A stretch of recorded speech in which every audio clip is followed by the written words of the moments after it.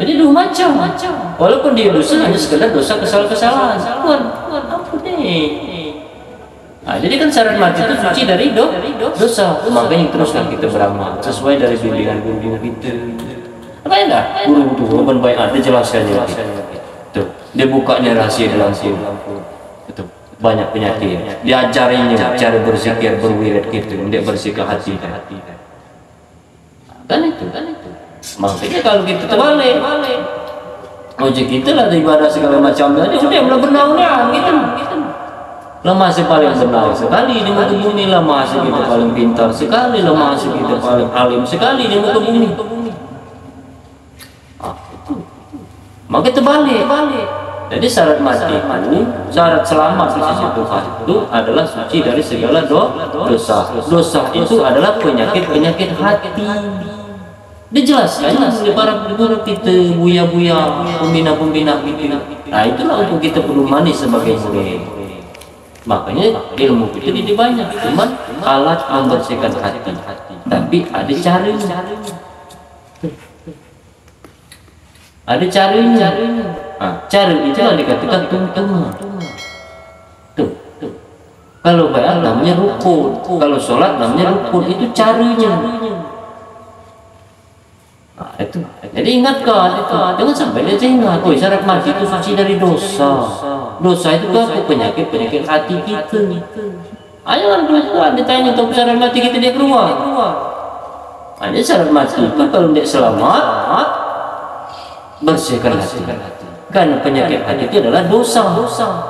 Tuhan marah kita dengan dosa. Itu. Nah kalau dia tidak selamat di sisi Tuhan, nyalakan para guru kita menempuh jalan yang sulit tadi. Banyak-banyaklah berbuat kesalahan di muka bumi. Banyak-banyaklah berbuat kerusakan. Itu. Maka masuk dalam celaka tadi. Beruntung orang-orang yang mensucikan hati dan jiwanya, dan sesat orang-orang yang mengotorinya. Jadi kalau tidak sesat, kotor-kotorilah hati kita. Dengan sikap, ucapan, perbuatan, kotor-kotori hati. Kalau tidak sesat itu Tuhan. Tapi kalau tidak diselamatkan, sucikan, bersihkan. Ilmunya kita nggak paham. Lah dibimbing, kita ada cara. Tinggal belum paham, belajar lagi. Itu minta bimbingan dengan mursyid, dengan guru, dengan buya, atau ikhwan-ikhwan senior gitu yang melapajak bimbing gitu. Itu. Jadi itulah makanya ketika wilayah gitu nih, sehari semalam itu gawe kita ini menjaga hati. Terus. Nggak nyatu. Yang keluar siapa? Gitu. Dia baca aku. Mana aku lah ikhlasnya, aku ni lah bersih hati, lama lah tenangnya. Uji kita. Aku tidak menilai rupa untuk ucapan dan perbuatan kamu, hanya aku tengok hati kamu. Walaupun aku bercerita dengan kawan kelas suci ni, kawan aku lah bersih, aku bersihkan tulang, semayang. Itu. Lah tempat lapas nak mana itu lah, aku semayang. Cerita. Sedangkan Tuhan tidak melihat cerita. Tidak melihat ucapan perbuatan. Yang aku tengok hati kan. Maka sangat Tuhan tengok hati kita. Ini perlu dipahami. Kenapa alat Tuhan melihat hati kita? Alat Tuhan melihat hambanya itu hati kita. Kenapa? Karena hati ini adalah alat hamba dekatkan diri dengan diri. Keruannya di para aku jauh aku. Tahunya. Kotor apa bersih? Itu masuk sumber. Amun itulah nyata ini syariat. Apabila baik hatinya makanya baik perbuatannya. Apabila baik hatinya makin baik ucapannya, baik pula perbuatannya. Tapi kalau hatinya masih kotor, nyata pula dengan perbuatannya, nyata pula dengan ucapannya, nyata pula dengan perilaku. Itu bukan deh kamu saja. Ini kan kita berbagi cerita. Empu aku juga itu. Makanya kita berusaha introspeksi diri, kunci segala sesuatu itu tahu dengan yang hal-hal orang baik itu berdasarkan sadar. Nah, aku pernah ditanya. Ini saksi. Kata Iwan bilang bertanya, Kak, apa nak bertanya dalam majelis? Apa ujiku? Selagi aku baca jawab, aku jawab.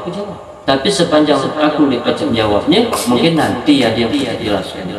Mana Kak? Aku ni lah sembahyang. lah berzikir, tapi aku masih kalau minum, Betul jawab. Aku masih kalau minum. Maksud minum alkohol, barang-barang yang dilarang tadi. Aku tidak katakannya haram, aku tidak katakannya mubah, aku katakannya makruh. Dan aku tidak mengatakan boleh atau tidak. Bertanya, tahukah kamu barang yang kebetulan itu baik apa buruk? Buruk, berarti kesadaran kamu. Nggak tahu buruk, masih diminum. Berarti katanya kesadaran.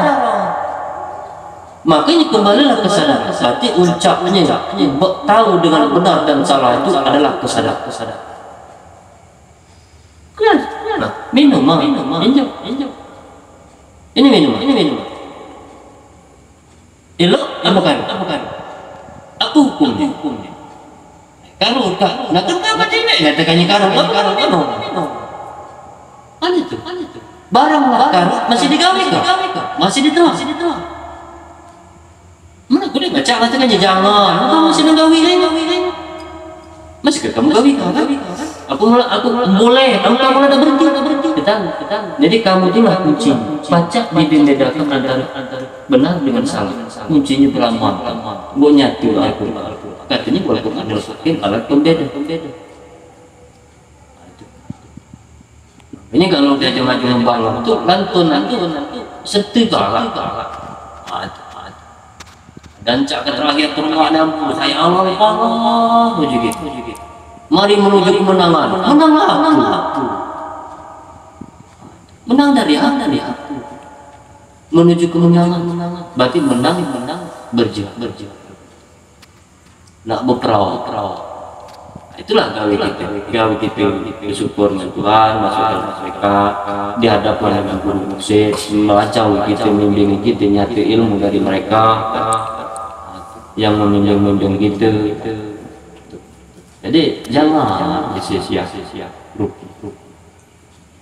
Gue nyatu, gue pacak dan kata-kata itu kan. Amu jemuk karut tu belum tentu kita nerima. Tapi kalau kata hati kita telah menjelaskan, ini bodoh, jelek, karut, haram, lah tahu, lah nolaknya hati kita, maka bimbing pelaksanaan. Amu katanya aku sembahyang, aku berzikir, aku selawat segala macam, tapi aku masih mabuk, berjudi.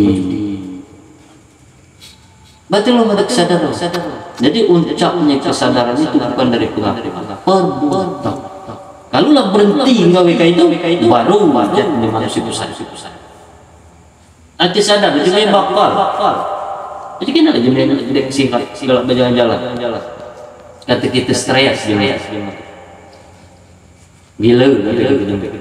Ketik kesadaran aku tai ijau. Makanan apa dijem ambil. Kena wajar mereka kata kesadaran. Amu kita macam itu jadi kita sehat kita nih. Tapi perbuatan kita sama dengan mereka tadi. Berarti sama dengan mereka. Hati kesadaran. Uji kita sadar. Sehat walafiat jadi kita. Sadar. Kalau ini kanci sadar. Sadar. Uji kita. Ngomong ke kanci, ngajak kanci. Sadar. Kita sadar aku ngajak jam sadar kita pun udah enak sadar.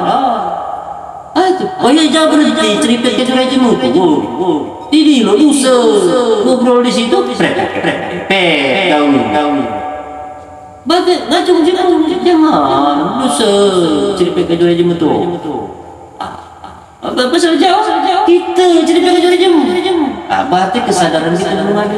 Nah itulah yang disampaikan para buya kita, guru-guru kita, pembina kita sebagai nah kita pedoman itu. Makanya kita minta bimbingan itu apabila dibimbing maka amalkan. Jangan disia-siakan. Ibarat dia makan tadi nikmati.